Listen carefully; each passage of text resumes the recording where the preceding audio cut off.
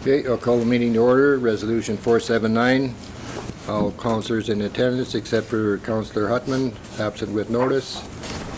I need it to be moved. Have a seconder. Ken and Gary, all in favor? Carried.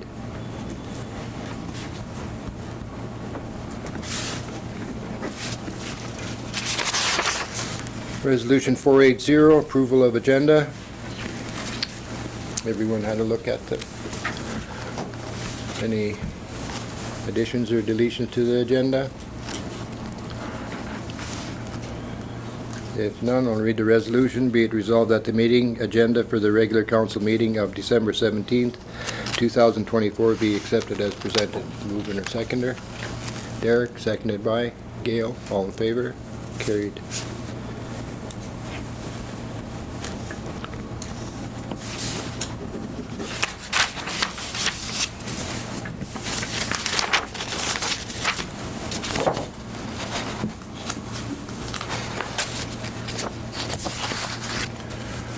Number 3, approval of previous minutes. Committee of the whole meeting of December the 3rd. Am I right here? There's 3 sets of minutes. So there was a committee of the whole on December 12th, on the 16th, and we had our regular meeting on December 3rd. Okay. Resolution 481, being it resolved that the meeting minutes of the regular council meeting of December 3rd, 2024 be accepted and approved as presented. Mover and seconder, Gail, seconded by Gary, all in favor, carried.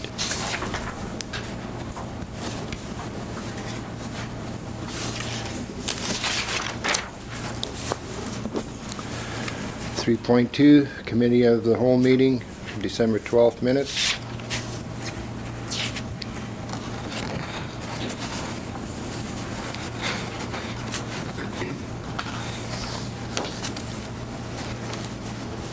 Everyone good with the recording?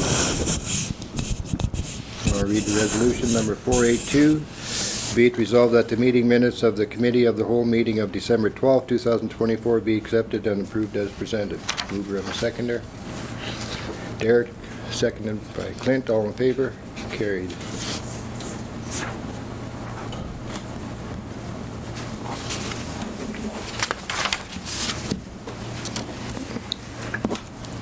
.3, committee of the whole meeting of December the 16th.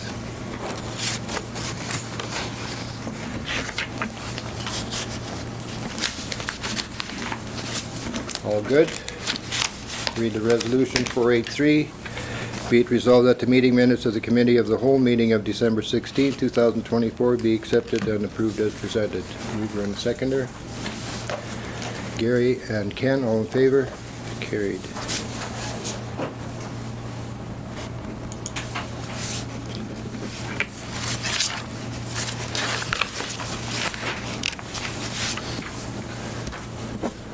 Number 4, delegation.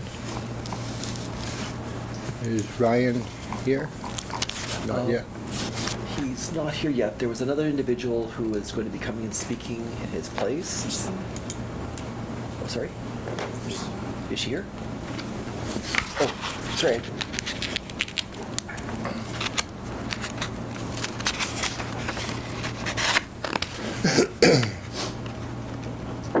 Is she outside or? Oh, okay. I'll get her. Are you going? Yeah. Okay.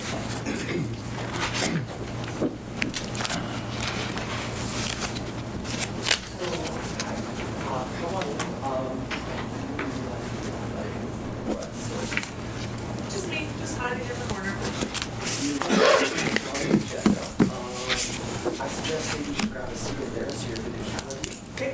And then you're at this. I'll see this. Oh, you could sit right at the table too if you'd like, or there. Okay. Whatever you say. It's better.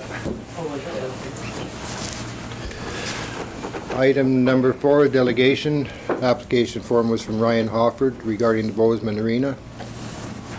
Okay, so that's me.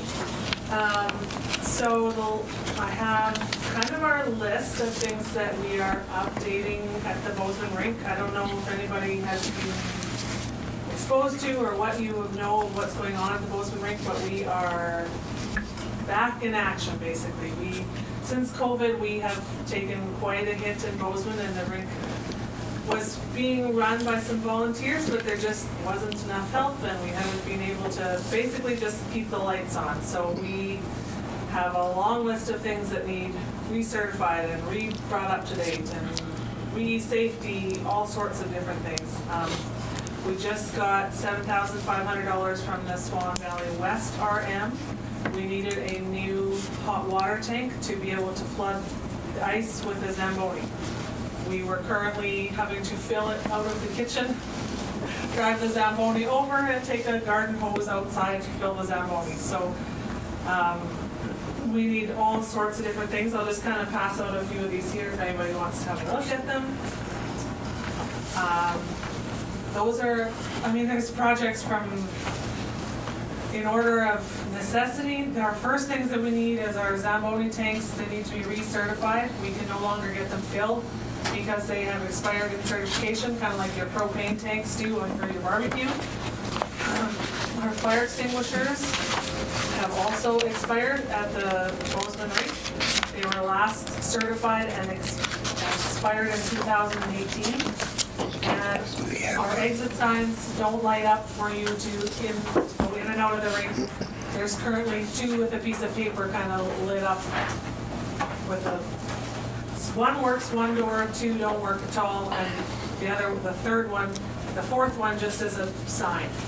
So those are our really necessary, urgent things on our list. So the Zamboni tanks to get recertified are $400. The fire extinguishers that are expired are $1,300, and our exit signs that don't light up are $500. So we have, since we've started the program this year, we have a lot more volunteers than there has been in the past. There's a lot of young people now in Bowsman. The last time I was here at the RM, I hit them up for some money for the Bowsman daycare 8 years ago. And the Bowsman daycare has significantly increased the number of children that are now going to the Bowsman school, because those parents are able to send their kids to before and after school care in Bowsman. And probably the Bowsman school right about now is wishing the daycare wasn't there, because we now have 100 children back in the school, whereas that enrollment was at 65 when I came here 8 years ago. So the Christmas concert at the Bowsman school was to the wall with the number of people that are coming to watch the concert, because there's so many more young families involved. And that just continues as the numbers from the daycare keep building the numbers in the school, and that is showing in the community. We now have a 4-on-4 program starting in Bozeman, like what is happening here in Minitonas. We have 12 kids signed up to do that. And then we also have a can skate 1 night a week, and we have 6 kids currently signed up to start that after Christmas. So, we're in the early phases of rebuilding, but it's really coming along quite nicely. So.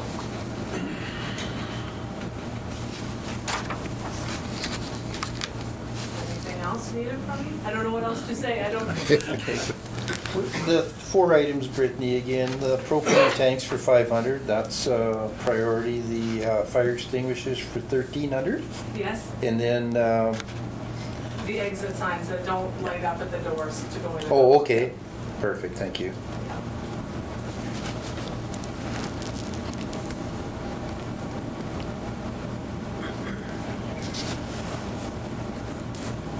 What about the door closer and handle in the lobby? So that is, there's currently the door before you go into the lobby to the ice, and it has the bar lock on it, and someone broke into the Bowsman rink in the past, and so they've had to rob like the mechanism out of the door to attach to the front door so that it can stay locked, and now that door just swings freely because all the parts from that door were robbed Okay. to prevent further break-ins Right, out the outside. okay.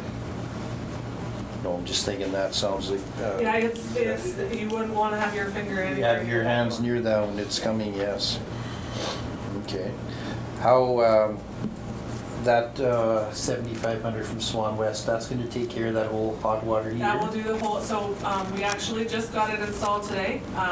Mullen Plumbing and Heating was there to do it, and they donated their labor to put it in, so the $7,500 will cover the cost of the tank. Of the tank, okay. Thank you. That, excuse me, that water fountain, was that a wall mount? It is a wall mount, yes. Okay, and you wanted it replaced with another wall mount? Yes. Okay.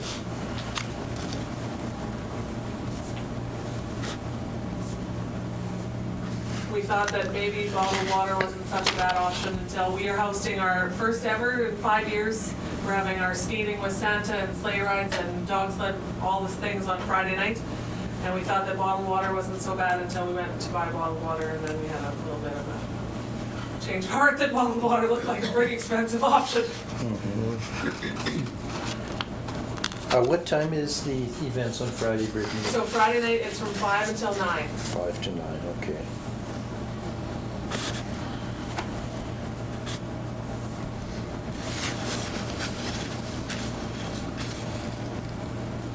We just did a 50-50 last weekend, and then the tickets and everything were sold at the bar. Besides that night, we had a liquor basket, all the things, and that night made $2,500 on Friday night, so Oh, wow. Yeah.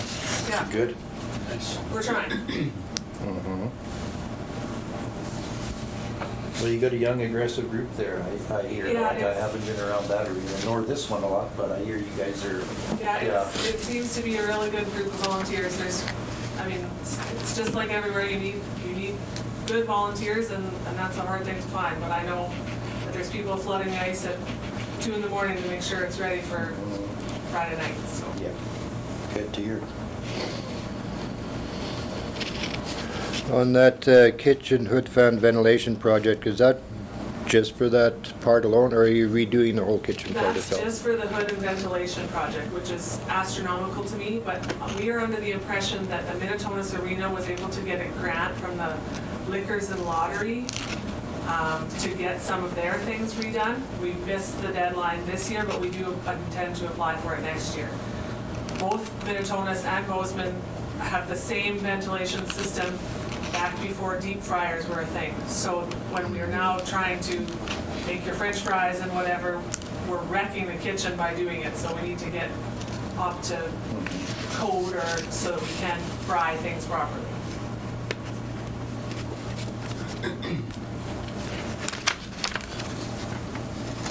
Were you guys able to get any grants from the Community Foundation in the past, or We have just, you? we got a Community Foundation grant last year for all new lights in the lobby. So those just got installed, and we just got our final, we checked all their boxes, and we just got our check issued to us. Oh. Oh, well, I think actually it's here right now, but you guys issue it to us. I think so, yes.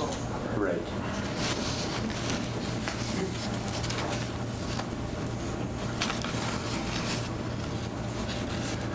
So with this entire list, are you hoping to accomplish all this entire list this year? Or this No. is just a wish It's list? just and a wish list. It's probably like a 3-year project or 5-year project, depending on how long some of these things take. There's just some that, like, safety issues that that's gonna have to happen this year. You can't be operating with no fire extinguishers that are up to date. Like, if anything were to happen, it could be detrimental instantly. The whole place could burn down.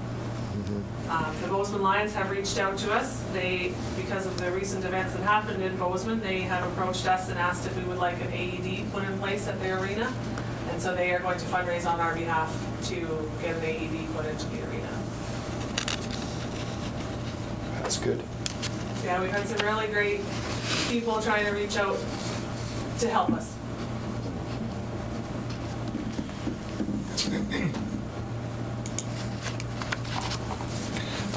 Excuse me, Brittany, the fundraising at the bar, you're not in conjunction with the curling anymore, you guys are solely doing it now. That's correct. There is still a account with the curling rink that is yet to be closed out. from a Chase the Ace proceeds that were in 2019. I think there's like $1,000 in there that has yet to be paid out, but then that's it. Okay.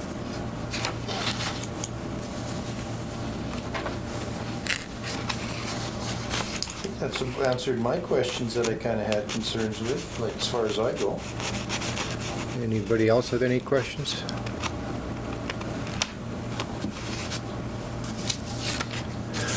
Well, if you- Thank you all very much. Thank you very much for your presentation, and Merry Christmas. Same to you. Just reach out to Ryan or you, or how do we correspond, I Yeah, guess? either one. Either or? Yeah. Okay. You betcha. Thank you I very got your much. number, so yep, we're good then. Thank you. Stay warm, everybody. Yep, you too, see you. See you.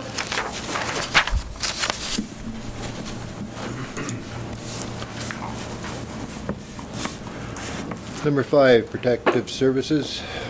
5.1, fire protection services.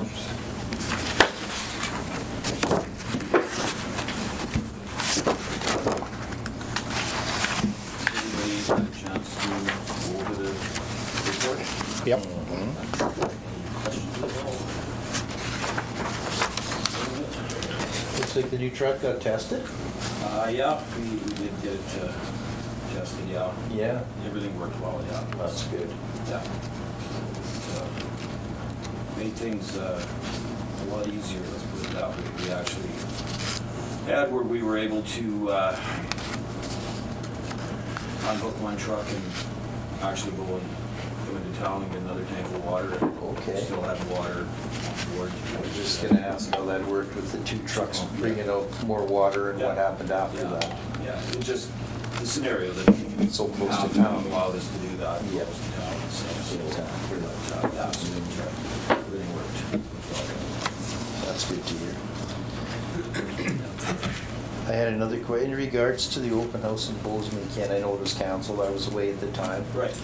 Any idea when the rescheduled date will be, or is Yeah, that still? we're going for probably mid-January, Okay. probably the second week of January.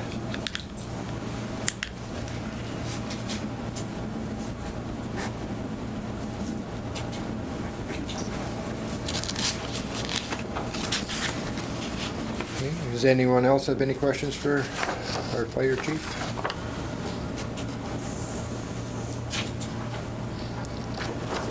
Hearing none, I'll read the resolution then. Resolution number 484. Be it resolved that the Fire Protection Service Report, December 17, 2024, be accepted as presented. Mover and seconder. Gary, seconded by Gail. All in favor? Carried.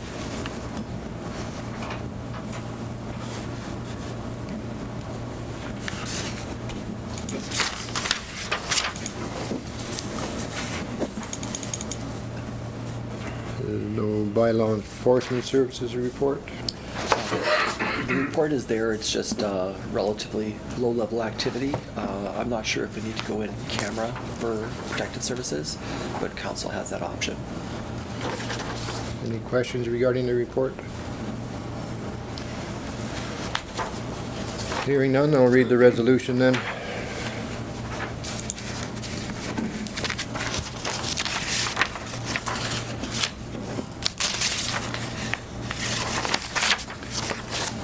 Resolution 487. Be it resolved that the bylaw enforcement report November 2024 be accepted as presented. Mover and seconder. Ken, seconded by Derek. All in favor? Carried.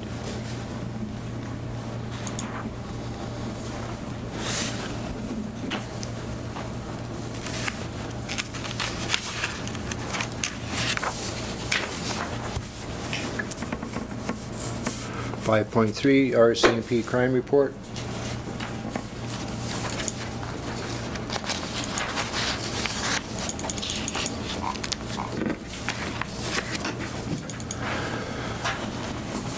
Any questions or observations on the report?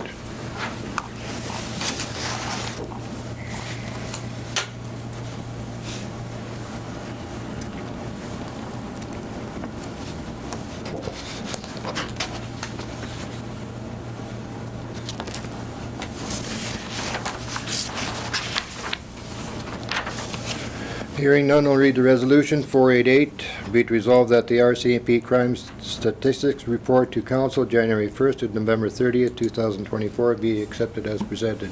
Mover and a seconder, please. Moved by Clint, second by Gary. All in favor? Carried.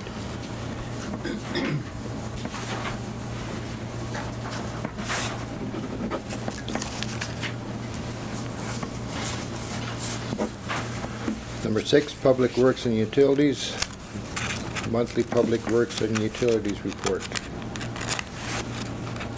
Do you have anything to add other than what's on the report, Colin? No, not really. A little bit of information.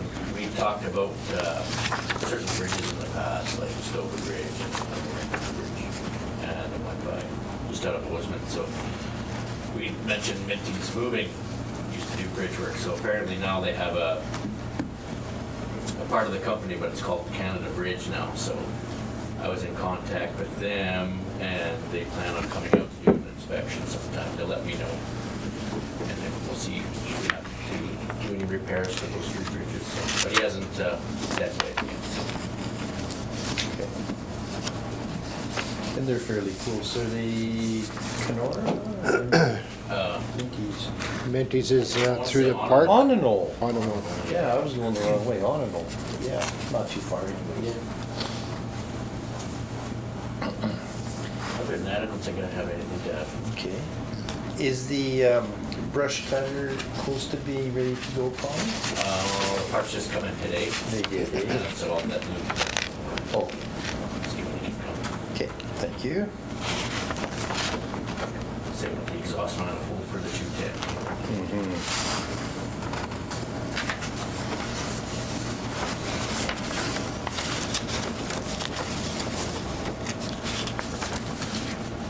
Any other questions for Colin regarding the report? Nope, not for me. I'll read the resolution then. Number 489, be it resolved that the Public Works and Utilities Report, December 17, 2024, be accepted as presented. Mover and seconder. Derek, seconded by Ken. All in favor? Carried.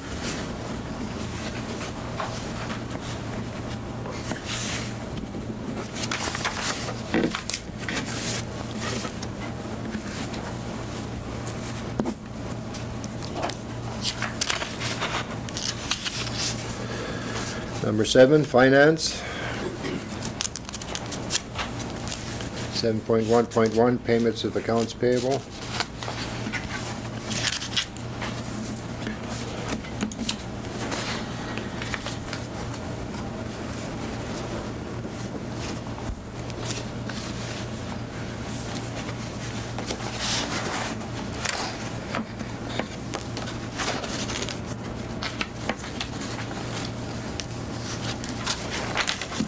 Any questions?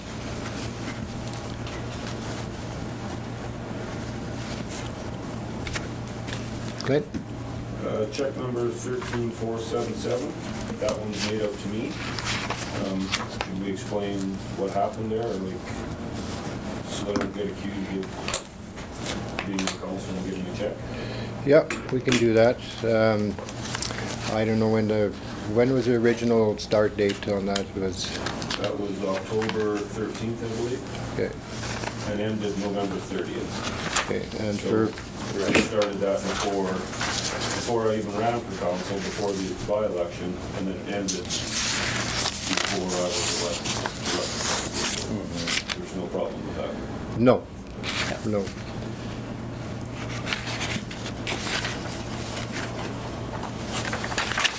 Any other questions on the financials? No, not for me, where? So just to add to this check, this was a call, basically to all licensed trappers.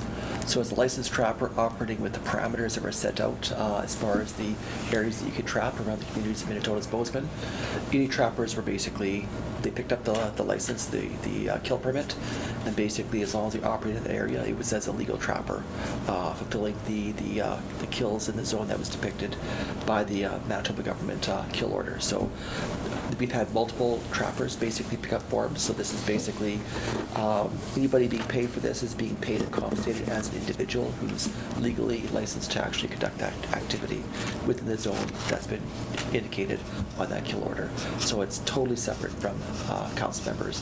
Those two are two totally different things.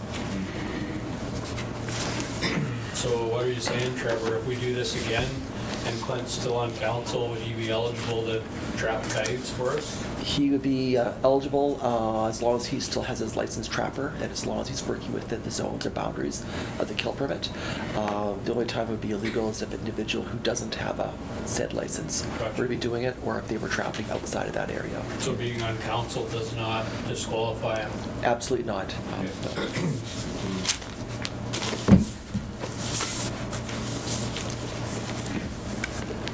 Any other questions? No, I'm good, Larry. Okay. I'll read resolution number 490. Be it resolved that accounts payable checks 13467 to 13506 in the amount of $76,464.49 be accepted as presented and approved for payment. Mover and seconder. Gary, seconded by Ken. All in favor? Carried.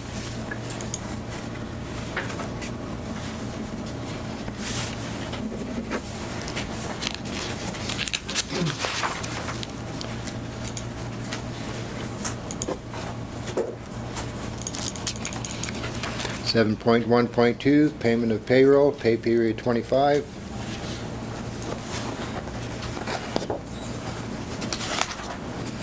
Are there any questions on that?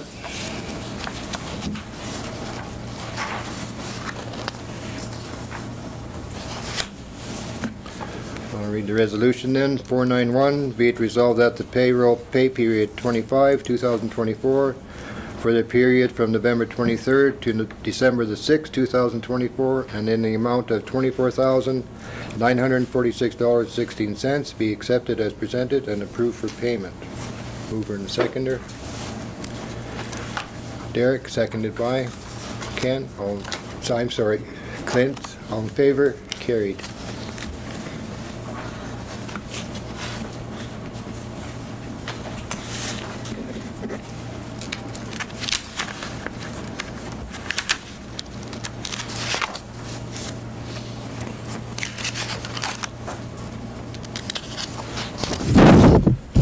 Item number 7.2, year-to-date statements of financial operations and bank accounts.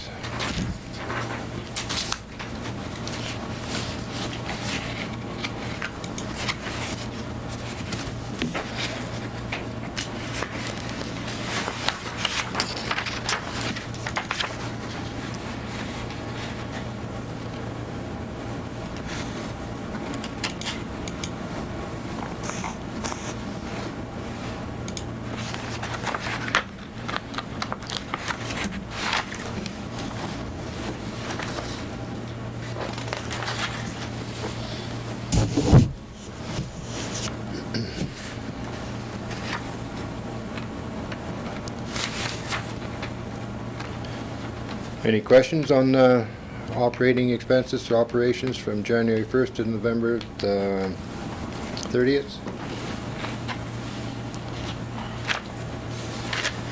Hearing none, I'll read the resolution. Number 492. Be it resolved that the year-to-date statement of financial operations, general operations, January 1st to November 30th, 2024, be accepted as presented. Further be it resolved that the year-to-date statements of financial operations, utilities, January 1st to November 30th, 2024, be accepted as presented. Further be it resolved that the account balances report, December 13th, 2024, be accepted as presented. Mover and seconder. Gary, seconded by Ken. All in favor? Carried.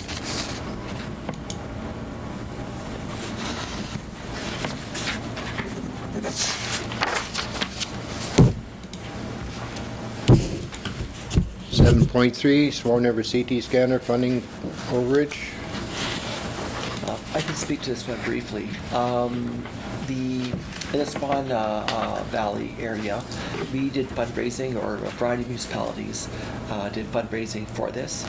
And we raised enough money for the actual CT scanner, but we also raised additional funds, reportedly that we're exceeding right now more than $34,000. So what the municipality of Mountain has proposed, and basically their council has approved, is that the money be set aside in a reserve, and that reserve be held by the Swan Valley Health Facility Foundation to be retained for further CT scanner expenditures, as well as by potential associated equipment that might work with or in association with the scanner. There is no clarification of what this equipment would be, but basically as long as it's CT scanner enhancement, or CT scanner related. The idea being is that the donors provided funds for the purpose of the CT scanner. We've exceeded that need, so now with the spirit of the actual donation, we're trying to utilize the funds in a similar manner as when they were actually donated. So it's like we don't want to spend it on something totally different, because that was not the intent of the funds which were donated for that purpose. So the resolution here is very much the same as Mountain's resolution, and if all 4 municipalities, well, 3 municipalities and Swan River approve similar resolutions, then that's what we'll be doing, directing the Swan Valley Health Facility Foundation to basically put those funds into reserve for that purpose. Any questions? I'll read the resolution number 493. Whereas anticipated community donations toward the purchase and installation of the Swan River CT scanner was $1 million, which has been exceeded to date by over $34,000. Be it resolved that the Council of the Municipality of Minitonas-Bowsman requests that the Swan Valley Health Facilities Foundation retain the residual funds in trust for use towards the CT scanner or any associated equipment that may be necessary as determined by the Swan Valley Health Facility Foundation Board. Mover and seconder.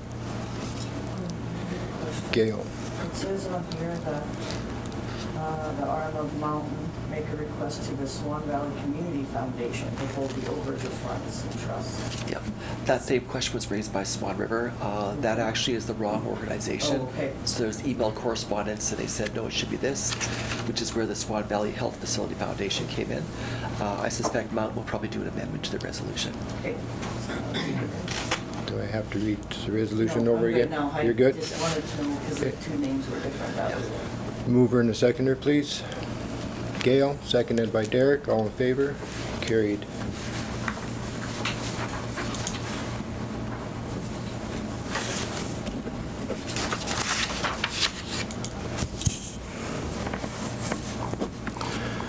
Administration 8.1 by election. Finance, there you go. Oh, I'm sorry, Yes, where'd I- Finance report. Yeah.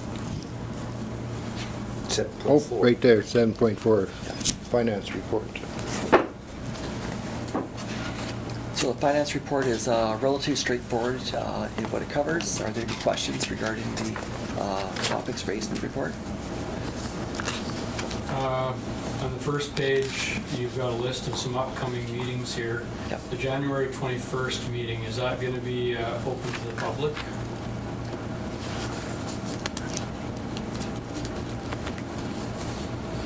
Yes, that's first reading, so that would be any kind of bylaw that we do. So you're basically first reading, that'll be our committee of the whole. We've got that for the 7th, and then basically the first reading will be tabling in the budget, and then 2 more readings following approval, then approval. Basically, your bylaw as well as the budget for the bylaw will pass. Okay, and I have one more question near the end. You have outstanding issues update. Talks about 7 identified major issues. 5 have been resolved and 2 remain outstanding. I was wondering if you could speak to what the 2 remaining issues are. So back in November of 2023, shortly after I started, one of the first directives from council was to basically do a situation analysis or scan to basically find out in the different areas where were the top priorities or big priorities to work on. In the finance area, we identified 7 areas, and As it says, 5 have been resolved and they were reported on in previous reports to council, but the 2 that are remaining was one of them is the 2023 bank reconciliation. So council members, you may recall that when the new team started, like all of our staff brought in after the closure, at that time we identified that there had been no bank reconciliation since December of 2021. So the previous administration, assuming they started around that time, I can't say for sure, but no bank reconciliations were done for a year and a half, give or take. We kept on doing business. We never did a bank reconciliation. We just kept on going and going. And then we identified that for the audit, we had to do the 2022 reconciliation, which is one of the issues. And the one right now that we're working on is in 2023. So that's the first of the ones that are still outstanding. The other one is the timesheets. Basically, we've got a variety of different formats, a variety of handwritten, some are typewritten spreadsheets, some are basically just more notes. So what we identified was there's a need for a automated tool, probably spreadsheet based, basically whereby people can go in each pay period, put their hours in, and then it'll auto-calculate, this is how many sick days you've got, this is how many vacation days you've got, this is how many overtime you banked in there, so you can actually track those stats. So that when someone gets their paycheck, they can say, well, this looks right because my timesheet here is carrying a rolling calculation of everything I've got. So that takes time to build, and in 2024, there was a lot of other items we've been working on. So this would be considered a larger project. We just want to roll it out and have it where there's potentially calculation errors on it. So it's coming.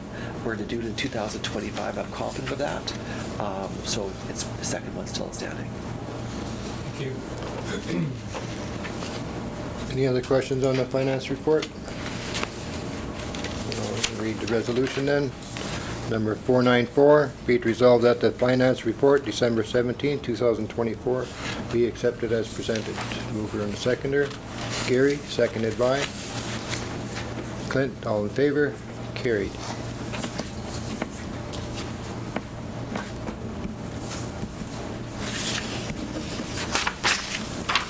Larry, can I just ask? a Yep, question? go ahead. Colin, he's not needed for anything tonight anymore in the No, meeting? I was just thinking, he had a long day, There's no budget stuff. and nothing else that we're gonna be needing Colin for? Probably in camera, but I think we're okay. So if you'd like to say, that's okay if you want to go. But we were to do some budget work in camera. Okay, yes. Yeah. Okay. Yeah. I guess you're called in, Colin, how you feel? Yeah, for good budget stuff also. You'll stay okay. Good, and thanks. Ken, our fire chief also? Okay, good. Then we'll move on to administration, 8.1, by-election. Final senior elections officer by-election report.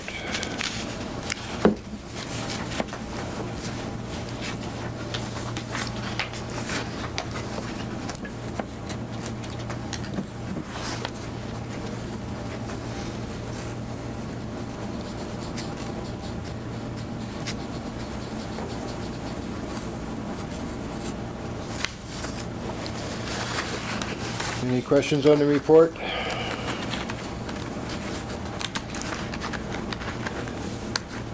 Our voters list has been updated, but it's very difficult to keep it static with people moving or whatnot else, so glad to see that that's done.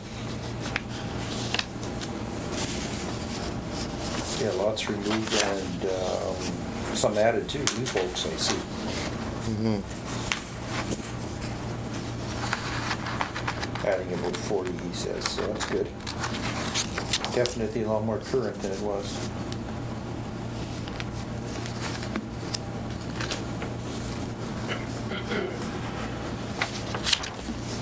Any other questions or comments to be made on the report?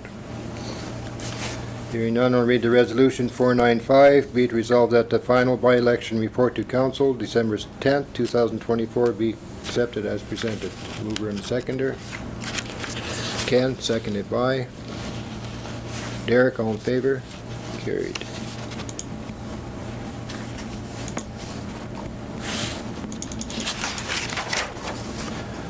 Eight point two, Swan Lake Watershed District Sub-District Committee appointments.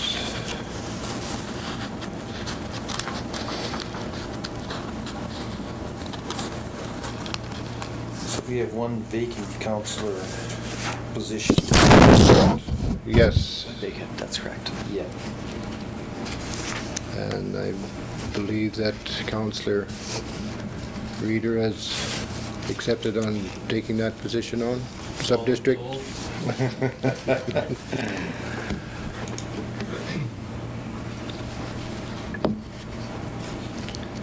you said Stuart was doing the. Citizen one. Or, yeah. Yeah, Ratepayer, yeah. a ratepayer, sorry. I'll read the resolution 496. Be it resolved that Municipality of Minitonas-Bowsman appoint the following individuals as members of the Swan Lake Watershed District Sub-District Committees. Roaring River, Fable Creek Sub-District, Gary Bartel, Deputy Reeve, Raymond McCleary, ratepayer. Upper Swan River, Lobstick Creek Sub-District, Leanne Hutman, Councillor, and Peter Toker, ratepayer. Lower Swan River, Sinclair Creek Sub-District, Larry Mahalchik Reeve, Stuart Wansley, ratepayer. Woody River, Birch River Sub-District, Ken Reeder, Councillor, and Clarence Beek, ratepayer. Mover and seconder for the appointees. Gary, seconded by. Seconded by. Gail, all in favor? Carried.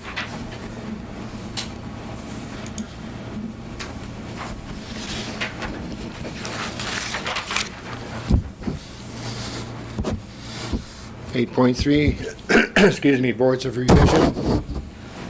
So I'll speak briefly to this one. Originally, we had planned to have our board revision work completed for the 2025 assessment as well as the 2023 and 2024 supplemental property tax notices. That was originally planned for November 28th, but because they didn't do any in 2023, we had to do the 2024. It required more work by our contractor than we originally planned, so that extended the date further, which required us to put the date for hearings further, and those dates extended now beyond the actual by-election. So what this approval item does is it council will approve the addition of Councillor Clint Jansen to the actual board of revision, so he can sit as a member of the actual board during the hearing process.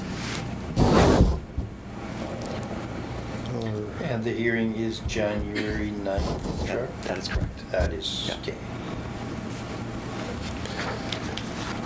Read the resolution then, 497. Be it resolved that Councillor Clint Jensen be appointed as a member of the 2023 and 2024 Supplementary Property Assessment Board of Revision. Mover and seconder. Derek, seconded by. Gary, all in favor? Carried.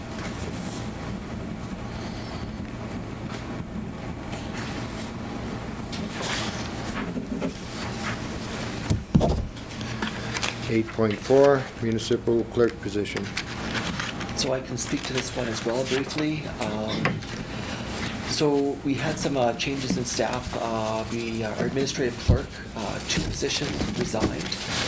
We still have our administrative clerk 1, and in the process of restaffing, we decided to, per the discussions regarding the strategic plan that's basically being developed this time as well, to look into creating a municipal clerk job description.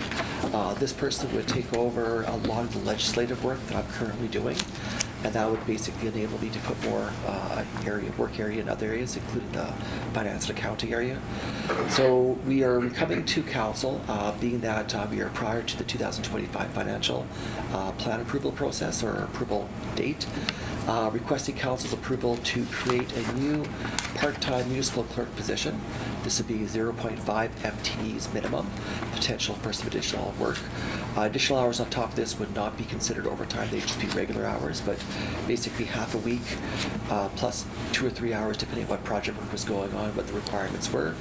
And attached you'll see the recommended job description as well as where we place them in our pay band hierarchy that council previously approved a few months back for the other public works and administrative employees.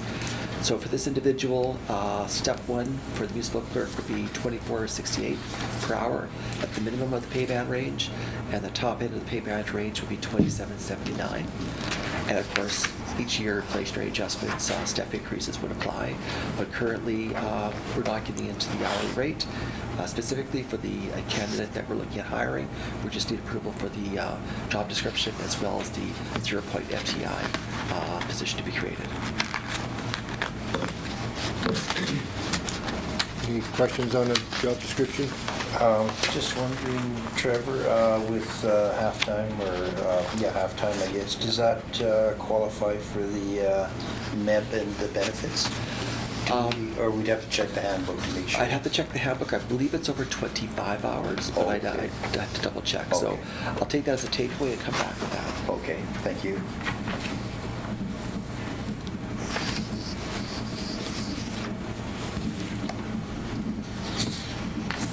Any other questions or comments? I'll read the resolution then. 498, be it resolved that the Category 2 administration position of municipal clerk, as described in the municipal clerk job description, be accepted and approved as presented. Further, be it resolved that the hourly pay band for the municipal clerk be accepted and approved as presented within the Municipality of Minitonas-Bowsman position categories and hourly pay bands, December 13th, 2024. Okay. Sorry, I thought you were looking at me wanting to know if I moved it. I'm sorry, I thought you had a question. You're giving me the evil eye. Moved by Ken, seconded by Gary. All in favor? Carried.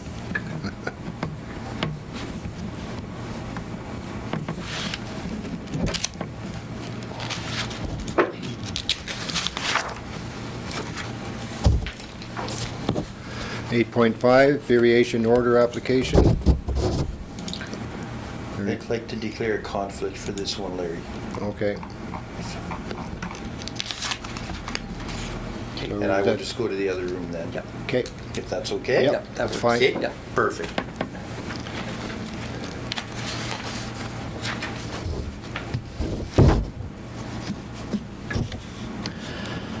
So this is, I can speak to this briefly.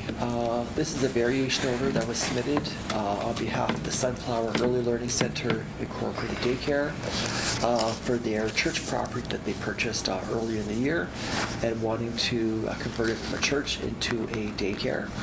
So at this stage, per the actual process for zoning variance applications, what council is going to be doing, or what's requested from council through this variation order resolution, is that we accept the submissions as they are submitted, and that we basically set a hearing date for 6 p.m. on Thursday, January 30th, 2025, at the Minitonas Municipal Office, which is here.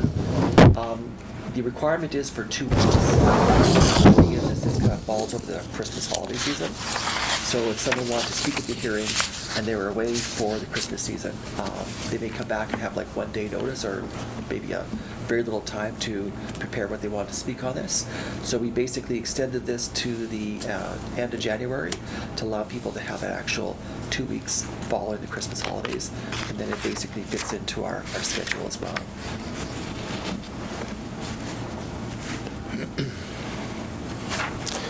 We marked down that Gary had left. Yeah, I know. Yeah. Okay. Any questions? Hearing none, I'll read the resolution 499. Be it resolved that the Council of Municipality of Minitonas-Bowsman accept the variation order application for the property located at 285 3rd Avenue, Minitonas, Manitoba, and schedule a public hearing for this application to be held at 6 p.m. on Thursday, January the 30th, 2025, in the Minitonas Municipal Office Council Chambers. Moved by Gail, seconded by Derek. All in favor? Carried. Larry, can you just repeat the time for the? I see January 30th, but I missed what time it was supposed to be at. 6 p.m.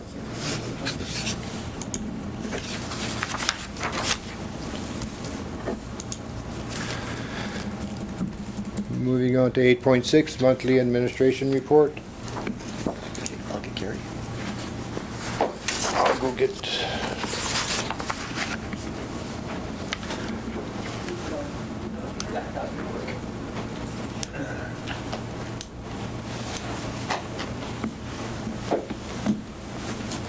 Thank you, Gary. Thanks.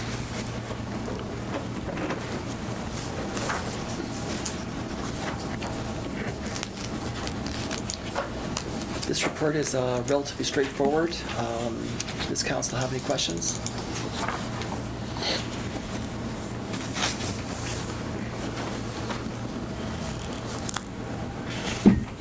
No questions? Oh, Gail? Was there a date picked for the G4 meeting or not yet?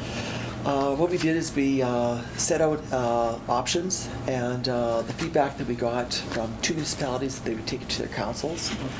To date, we haven't heard back anything as far as we like this date or that date, but the date was, I believe, the following Thursday, Wednesday or Thursday on, let's see, let me pull my calendar up for a moment.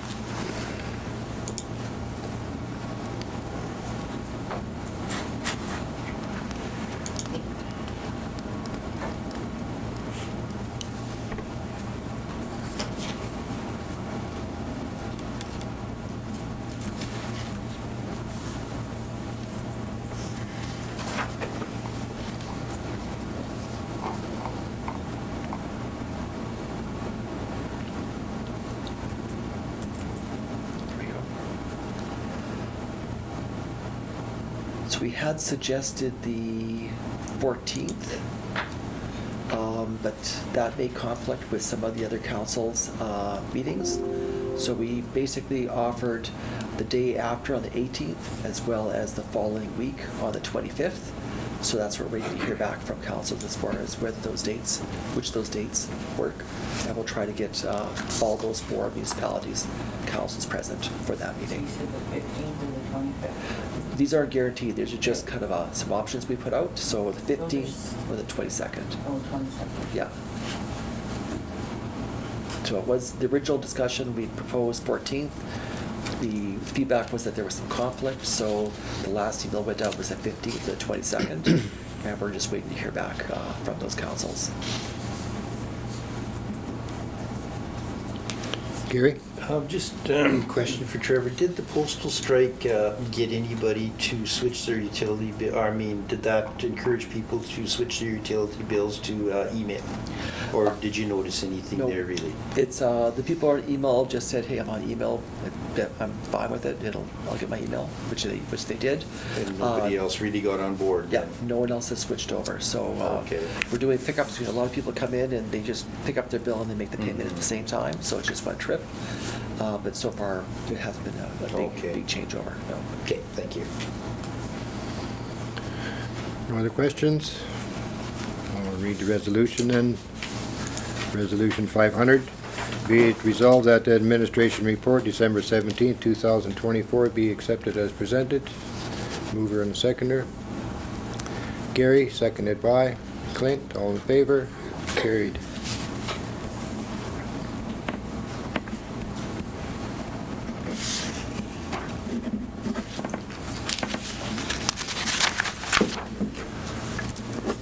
Number 9, bylaws and policies.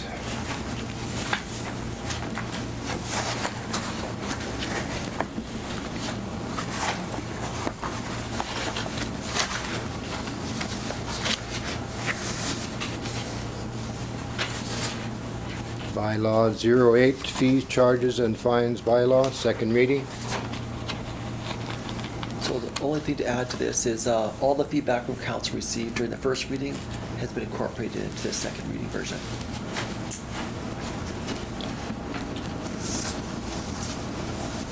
So, Trevor, sorry, I don't remember what, the first time we talked about this on page 6 with the license for breeders. Yeah. I remember asking you why it got more expensive to renew it instead of do it the first time, and I can't remember what the answer was. Okay, let me go to that I'll write page. it down this time. 1 second.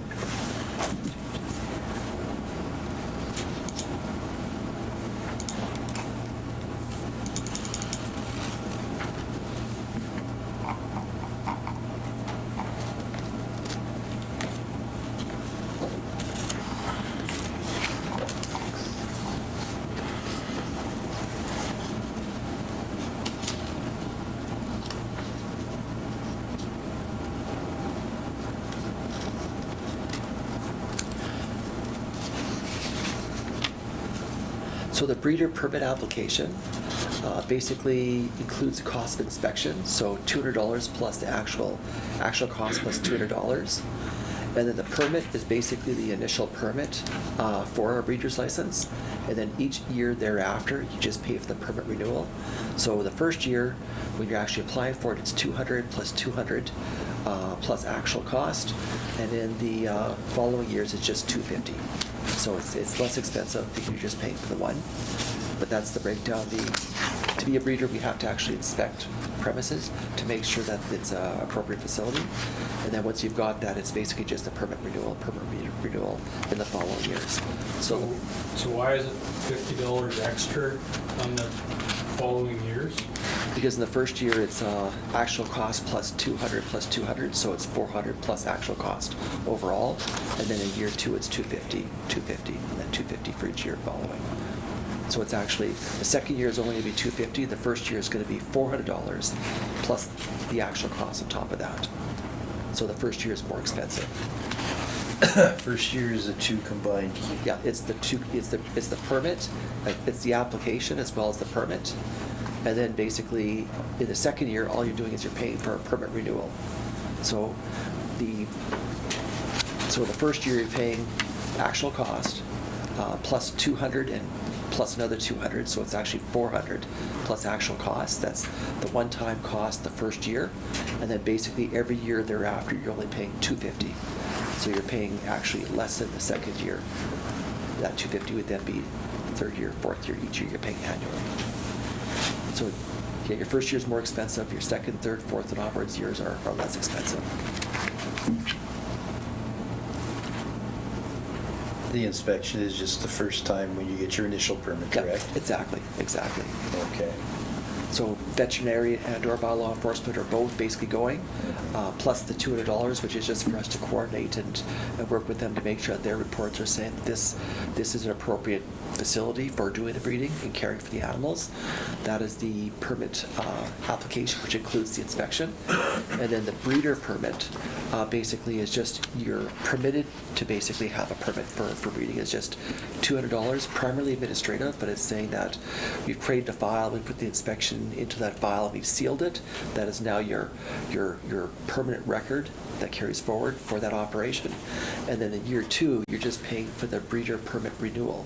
So you're just doing a renewal, and because you've already done all of the upfront costs, you're just paying $250. So basically, the breeder permit's lower in the first year because you're paying for the inspection cost, as well as the $200 that we attach onto it for the inspection. So year one cost would be 400 plus additional actual costs. Year 2, 3, 4 and onward costs would be only $250. Well, somehow that doesn't make sense in my head. We have the breeder permit application is actual cost plus 200. Yep.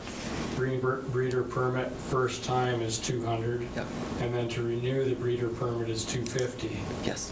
So it's actually $50 more to renew it. Yeah, but you've already gone through that whole inspection, everything else. So that's why it's just, you just have to do a renewal.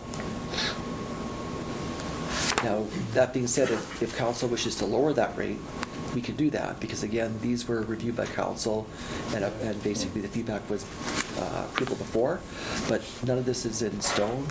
This is only second reading. We can reduce that rate if you wish, or if council wishes. I don't know, if it makes sense to everybody else, it's good with me.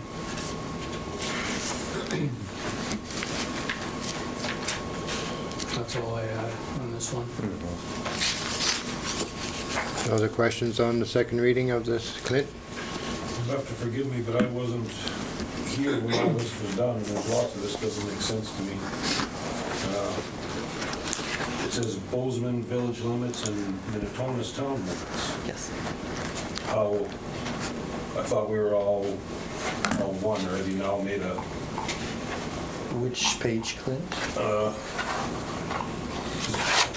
Oh, on the front? yes, Yes. definitions. Oh, okay, yeah. So. Oh, you'll speak to that? I can speak to that. Okay. So in the discussion on this, council's input and feedback on this was that basically, if you've got farmers operating in a rural area, like cattle farmers, pig farmers, sheep farmers. This would basically not apply to rural areas. It would just apply to the village limits, Bowsman village limits, as indicated in the drawing referenced, as well as Minitona's town limits, as indicated. So if you've got an actual operation within the community limits, basically that would be, as far as when it says Bowsman village limits, that's what it's referring to in Minitona's town limits.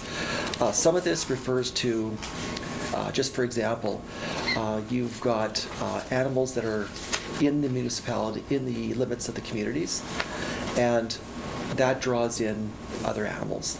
Basically, whereas in rural areas, it's less of a problem, but if you've got coyotes coming in, standing and sitting in people's backyards, and kids come out and the coyotes are just sitting there and they won't move, that's because they're being drawn in by animals within the communities. So that's where we differentiate throughout this bylaw.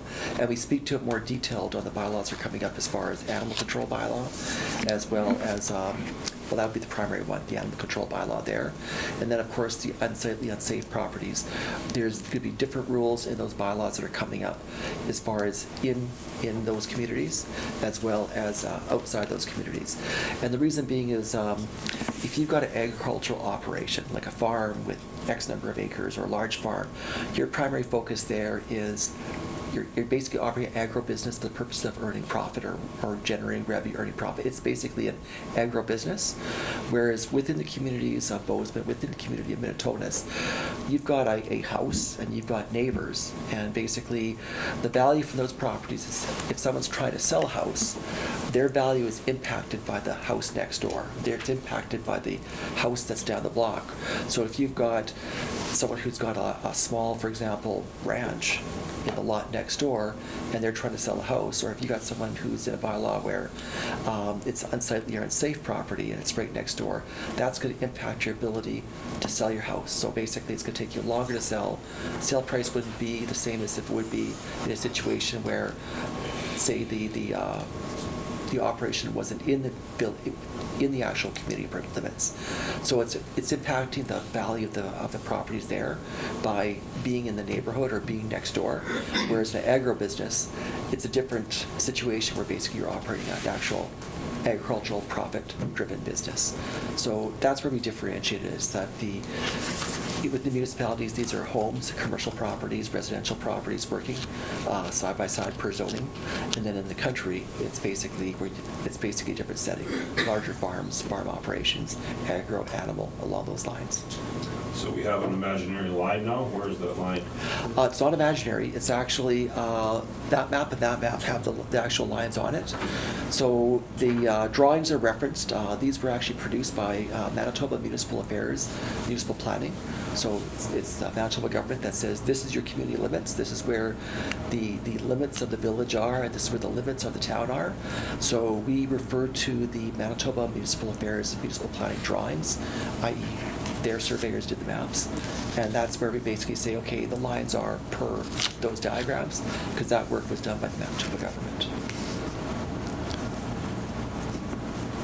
So what happened in the amalgamation, though, if we all became one area? Was there still the town of Minitonas, town of Bowsman, municipality of Bowsman, and municipality of Minitonas? Yeah, so in amalgamation, you had we amalgamated, so that's separate from what we're doing here.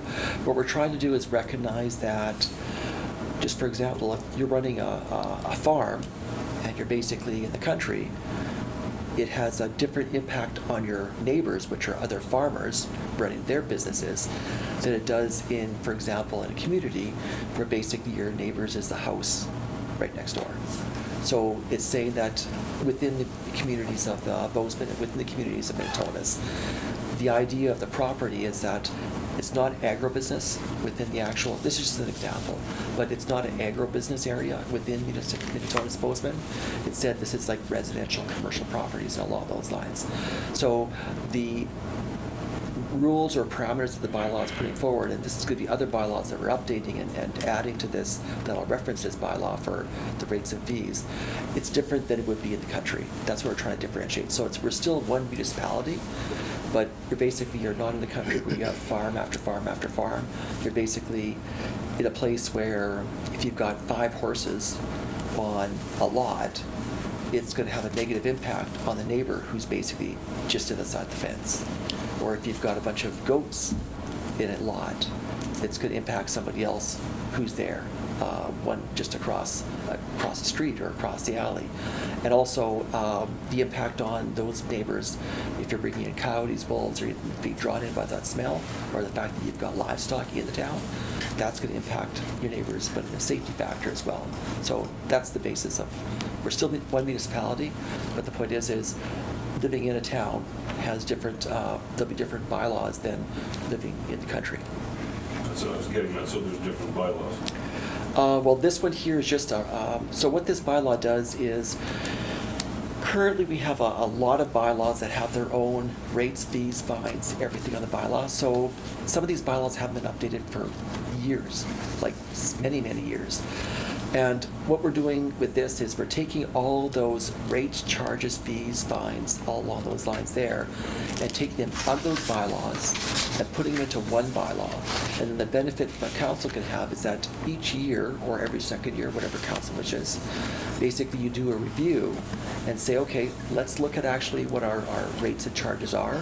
And rather than having to update 12, 13, 14, or 6, 7, 8 different bylaws, do first, second, third reading, and then voting on each of those. As far as the rates, fees, and fines portion of it, you just do this one bylaw. So administratively, it's much, much faster, much, much less expensive, less council time as well. And then the idea is that if there's inflationary increases or inflationary changes or program changes, you can easily look at this and just say, you know what, we want to do a new program, it's going to charge this year.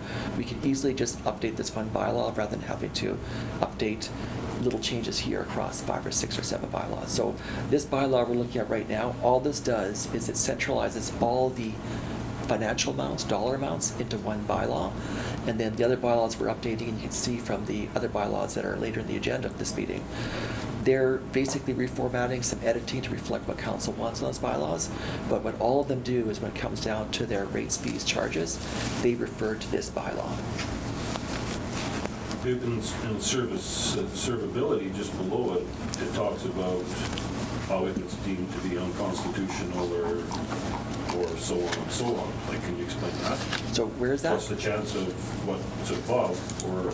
Rates. Oh, severability, Yeah. okay. So what that clause, I'll just read it here for reference. If any section, subsection, sentence, clause, phrase, or other portion of the bylaw is for any reason held invalid or unconstitutional by any court or competent jurisdiction, that portion shall be deemed a separate, distinct, and independent provision, and holding of the court shall not affect the validity of the remaining portions of the bylaw.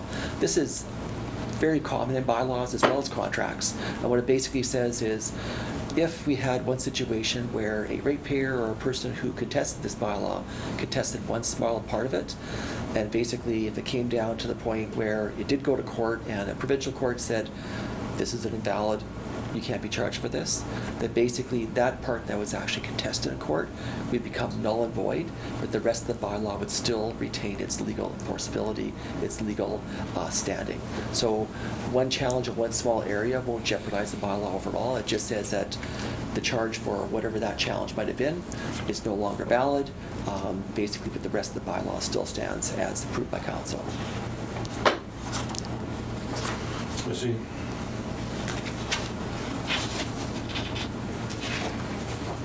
No other questions? We'll read the resolution then. 501. Be it resolved that bylaw 08/2024, being a bylaw regarding fees, charges, and fines, be given second reading. Mover and seconder. Gary, seconded by Derek. All in favor? Just write it down. Can I ask a question? You have an abstain Yep. spot? It's, the motion is still, resolution is still carried, but feel bad to ask lots of questions. We talked about that for like 3 Like I days. said, I wasn't up for any of these discussions. I spent 10 hours going through this, and lots of it didn't make sense. If you'd like, if you would like to have just a meeting to kind of go over it, that'd be fine, like if you'd like.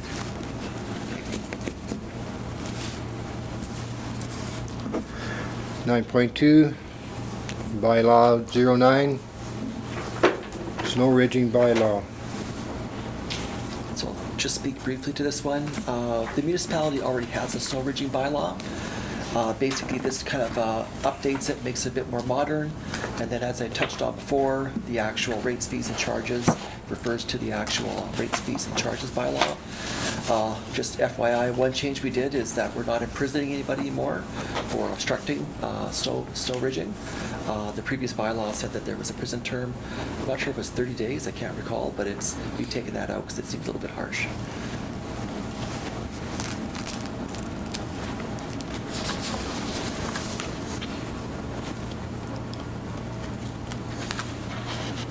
Any questions on the bylaw?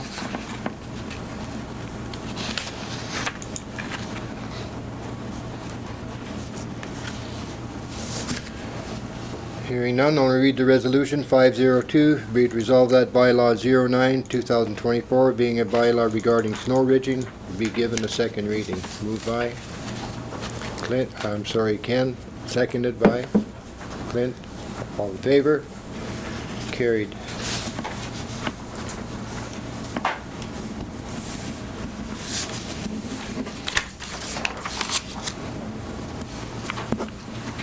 Nine point 3, business license bylaw, second reading.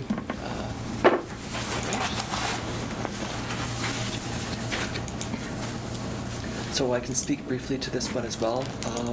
So business licenses, we've got, there was originally a bylaw recommended for business licenses to council, and council discussion and feedback on that was basically to have it where it was limited to kennel operators and breeders, just tied to the care of animals, as well as canvassers.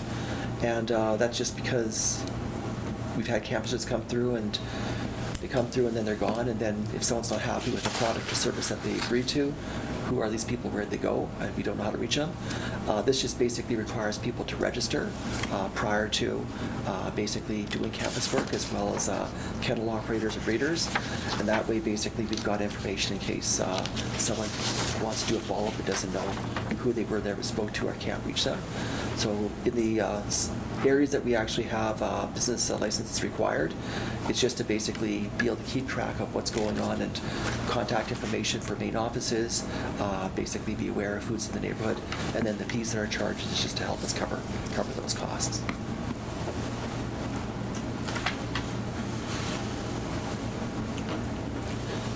So businesses like the shop or the community store and that isn't part of this then?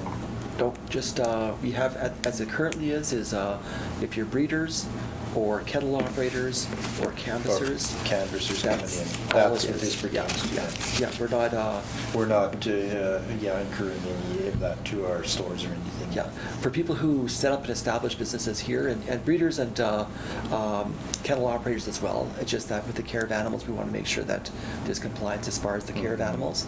But if you're business that actually establish here and operate from here, we are encouraging that. So we're not going to charge money for someone to be a business owner in Minitonas-Bowsman or the municipality. We want to encourage them to come in, so why charge? I Right. mean, you're supposed I to agree, attract, yeah. not defer, so. No, thanks, Trevor. Any other questions on that bylaw? Hearing none, I'll read Resolution 503. Be it resolved that bylaw 10, 2024, being a bylaw regarding business licenses, be given a second reading. Mover and seconder. Gary, seconded by Gail. All in favor? Carried.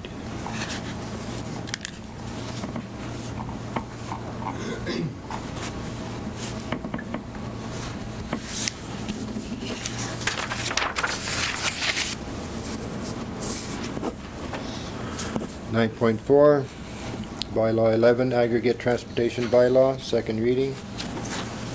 So I'll speak to this one just briefly as well. The municipality already has an aggregate transportation bylaw. What we've done here is just tightened it up, made some more dates in there, so basically it fits our business cycle, and basically referred those rates, fees, and charges to our bylaw for rates, fees, and charges, so that they can be reviewed and updated more efficiently on an annual or biannual basis.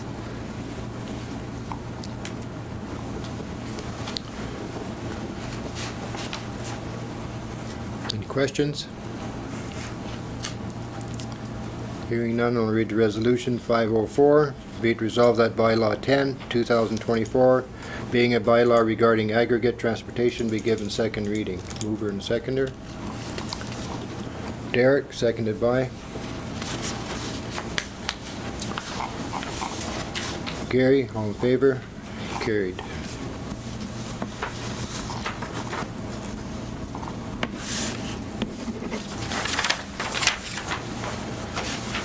Nine point five, nuisance bylaw, first reading. So I'll just speak briefly to this bylaw as well. The municipality already has a nuisance bylaw as well. What we've done is basically focus a little bit more on our modern day issue, and basically tighten up some of the writing, as well as refer the rates, fees, and charges to the actual rates, fees, and charges bylaw. So basically just a little bit of formatting, a little bit of editing, adding a few modern concerns and taking a few ones that didn't apply out. Basically, there's been no change aside from that.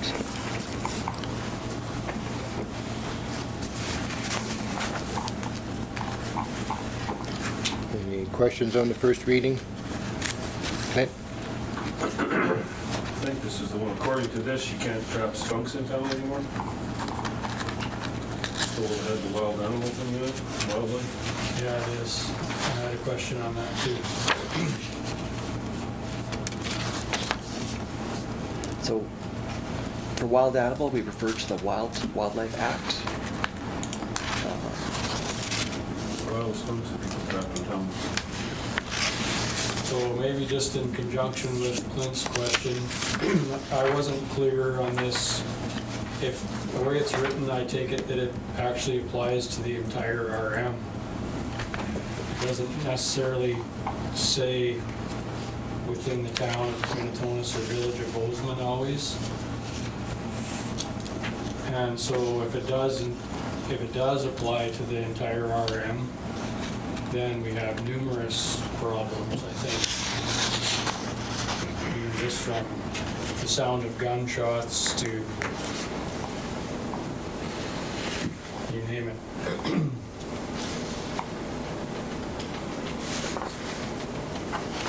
But the one that Clint's talking about with the wild animals, I think it does say in town, but it's not, we don't have a definition like some of our other bylaws. We had the definition of what town of Minitonas and village of Bowsman actually is. So we should probably add that. Okay. Is that number 10 on that, Yes. on the last page, number 10? Yeah.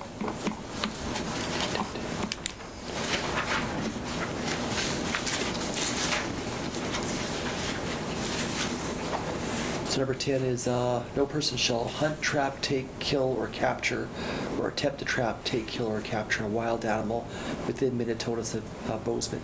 Excuse me, within Minitonas and Bowsman community limits. So I think it's implying that within the community limits, but on the prior bylaw where basically we referred to the actual Manitoba government drawing, the actual boundaries, parameters, I think that would be a good addition. And we should maybe be a bit more specific, because I'm assuming we want people trapping the skunks. Maybe we might want to specify how. We don't necessarily want a bunch of coyote snares around town, but maybe live traps or something could be acceptable. Would words with permission from council to licensed trappers and whatnot be acceptable for an addition to that, or? I'm even just thinking like the homeowners on their own are gonna wanna go ahead and deal with it. They do. Like if a skunk crawls under a person's deck, they're gonna, Lots of skunks get live trapped and hauled outside. Right. To the country. yeah. So you want a skunk exemption, is that correct? Is there any other? Just, that was what crossed my mind with skunks. So. How about like, do you guys have raccoons? I was gonna say Yeah. raccoons as well. Yeah. Okay. So, raccoon. Any other animals, or do you want just, let's see here. I don't have the wildlife act here. I have my fingertips. Give me 1 second.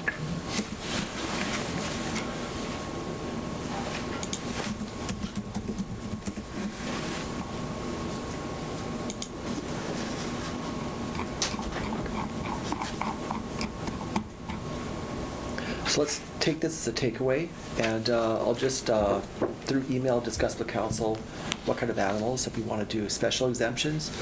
I'm thinking maybe it's more of rewording as far as how, size, and purpose.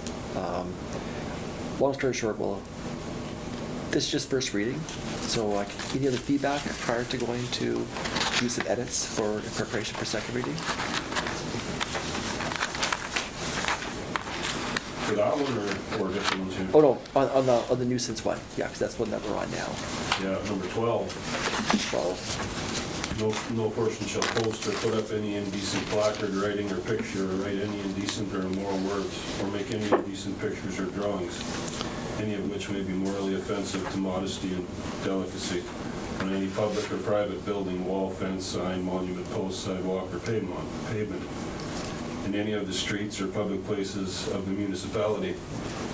That would all depend who's sitting around this table, because that could mean you get the wrong people here.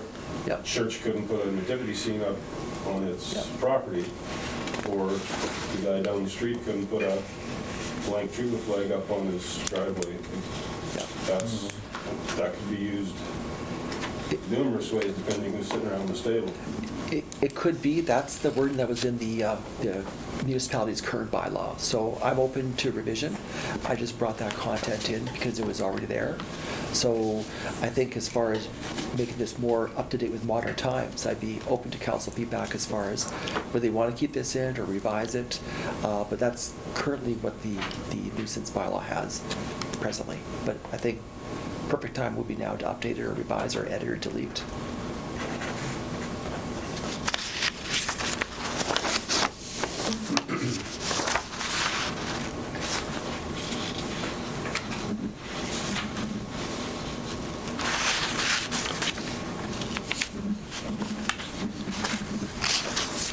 So with council's feedback to delete or edit, you have, folks, sorry, you had a question? Oh, no, you carry on, then I'll get in there, Trevor. I was just wondering, how would council like to proceed with subsection 12? Is there any suggestions or guidance that you could provide as far as what to do with that subsection?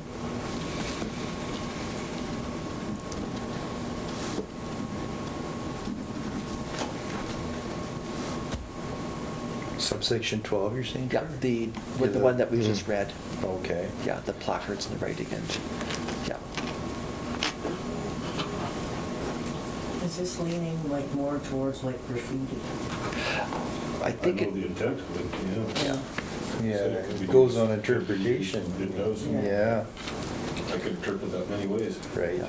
I need a bit of time to think on it, on my part, I think, I think so to too. be honest.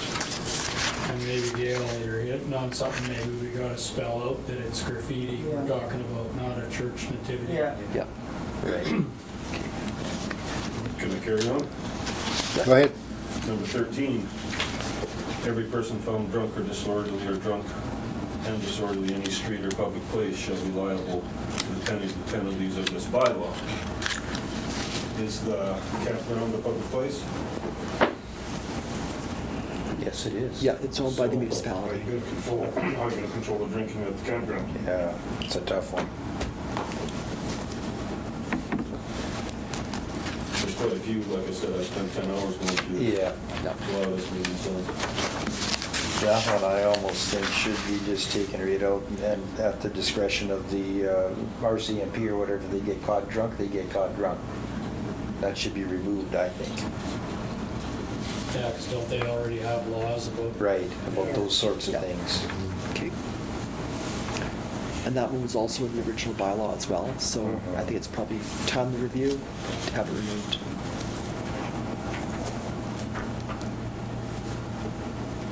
I had one thing, Trevor. Sure. In the definitions, are we gonna spell out like we did in the bylaw 08? The Yes. definitions of Bowsman Village and Minitonas Town? Yeah, we will, that's Okay. correct, yes.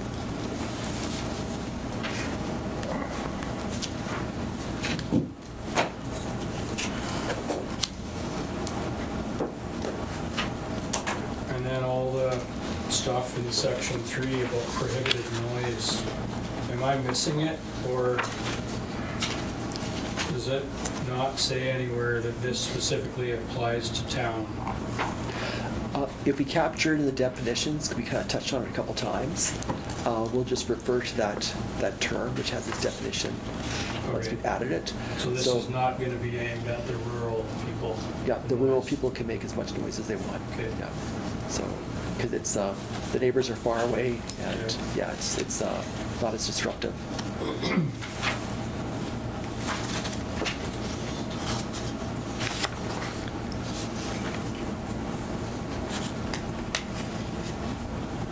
Is there any other takeaways for this bylaw?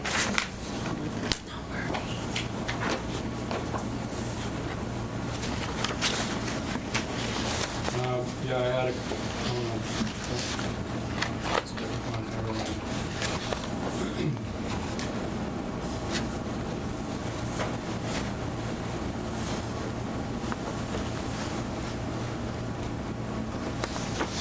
So this bylaw with the first reading, it'll be as is, and then the second reading will have the, Yeah, so the feedback that I've got from council so far is add community limits similarly to how they were defined in the previous bylaw. So again, that'll go on the actual map border, community borders, as set up in the Manitoba government. The animal exemption, I'm not sure 100% on how to look at that, but I'll just do some research and see if we can. I'll put a proposal forward as far as council by email, then you guys can give me a reply, all feedback on that, and then hopefully we can move closer to something that's more suitable for what you're looking for in reading 2. Bullet 12, I think we just simply say graffiti, call it for what it is, and then see what feedback is from council during the second reading as far as whether you want to tweak it or modify that. And then bullet 13, I think it's just a straight removal, based on what I've heard here this evening. That's the 4 takeaways I've got, so I'll incorporate those 4 takeaways in and then bring it to second reading, and then we can get another round of feedback on that. Sounds good. I got a new guy question. So we're gonna vote on this right away, whether it's gonna pass first reading, and we've all agreed that we wanna see some changes. So if we vote yes, it's gonna pass, we're not voting for this document as it sits. No. We're just moving it along. moving it up. Yeah, you're just saying that you've approved it for first reading, you provide your feedback, and then second reading, it'll be incorporated, and then you'll basically do your second reading, you'll vote on it for second reading, and then I'll take whatever feedbacks from that, and then bring it to third reading. If we need additional readings, we can do that as well, but you have to go, for new bylaws, you have to have 3 readings on at least 2 separate meetings before you can actually vote on it. And then the vote will be a recorded vote, and then council, based on the vote, will either approve or decline. I got a question on number 7. Sure. The last word, should that not be council, permission of council instead of municipality? Or is that changes under the definition? Well, if council wants to hear every application for someone wanting to climb, bark, break, peel, cut, deface, injure, or destroy the whole or any part of a tree, I'd be happy to let council sit and make a ruling on that, or they could just bring an application to the municipality. We could do it on the administrative side. So it's your choice. Okay, we're just, same thing, interpreting it Yeah. differently, Yeah. that's all. Oh, Clint had something like. That was another thing, what's bark? No cookie shall climb, no bark, no break. Bark is just peeling bark off of a tree. Again, this was in the original bylaw. I'm not sure why anybody would do that, but Yeah. it was there. Yeah. That whole bylaw should even be there. Common sense. I don't understand number 6. Or am I missing something when I'm reading it for the 10th time? Which one? Yeah. Number 6.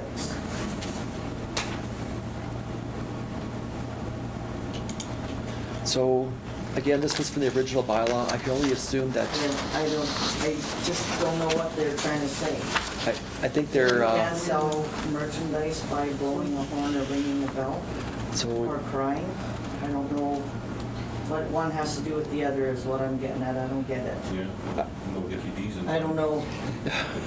Was there Yeah. somebody in the past driving around honking their horn? Maybe, I don't know. Advertising? This has probably been here since it's been here for a my while. mom's era, but It could be just somebody walking up and down the street with a big bell, ringing a bell saying, maybe, I don't know. I've got grapes for sale. Yeah. 2 houses. I don't know, pull it out. I don't know what purpose it serves. Well, we did have bylaws here where the horse has the right of way in town, Well, so yeah, that's what That's- this might be from. that's why things have to be looked at every 1 or 2 years going forward. So bullet number 6, the feedback from council is to delete that bullet. I would. Okay. Yeah, I don't see it making any sense for anything. Okay. All right. I know you didn't break these, but This part's no. yeah. Just copy and paste them before. Yeah.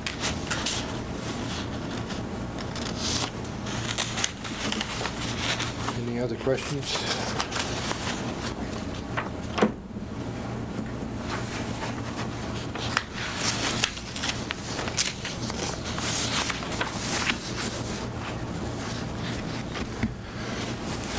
Hearing none, I'll read the resolution then. Resolution 505, be it resolved that bylaw 12, 2024, being a bylaw regarding nuisances, being given first reading. Mover and seconder. Derek, seconded by Ken, all in favor, carried.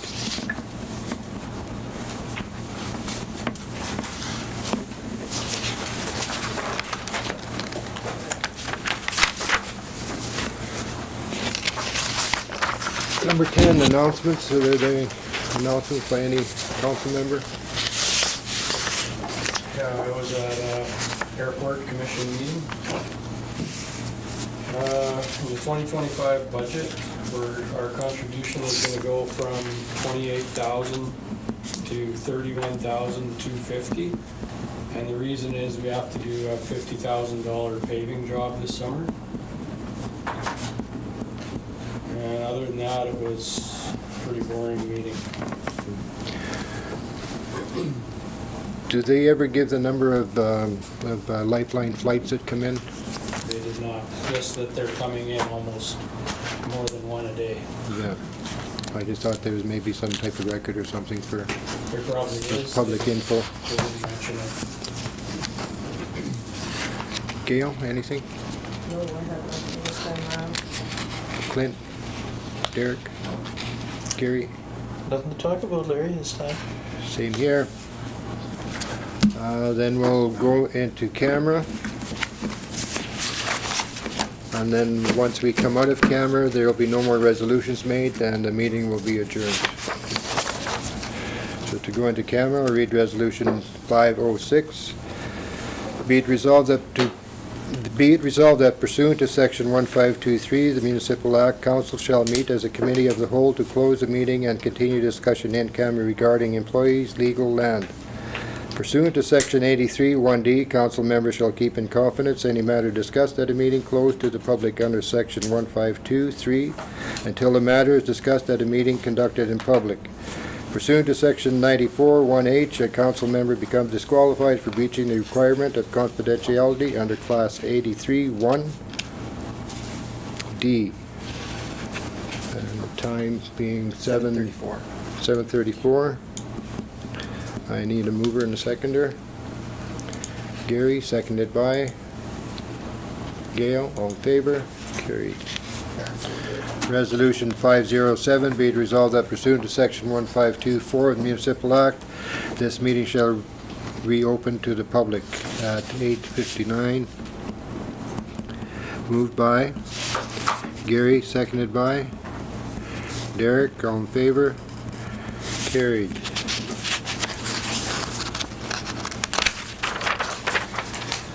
Resolution 408, be it resolved that this regular meeting of council be adjourned at 9 o'clock.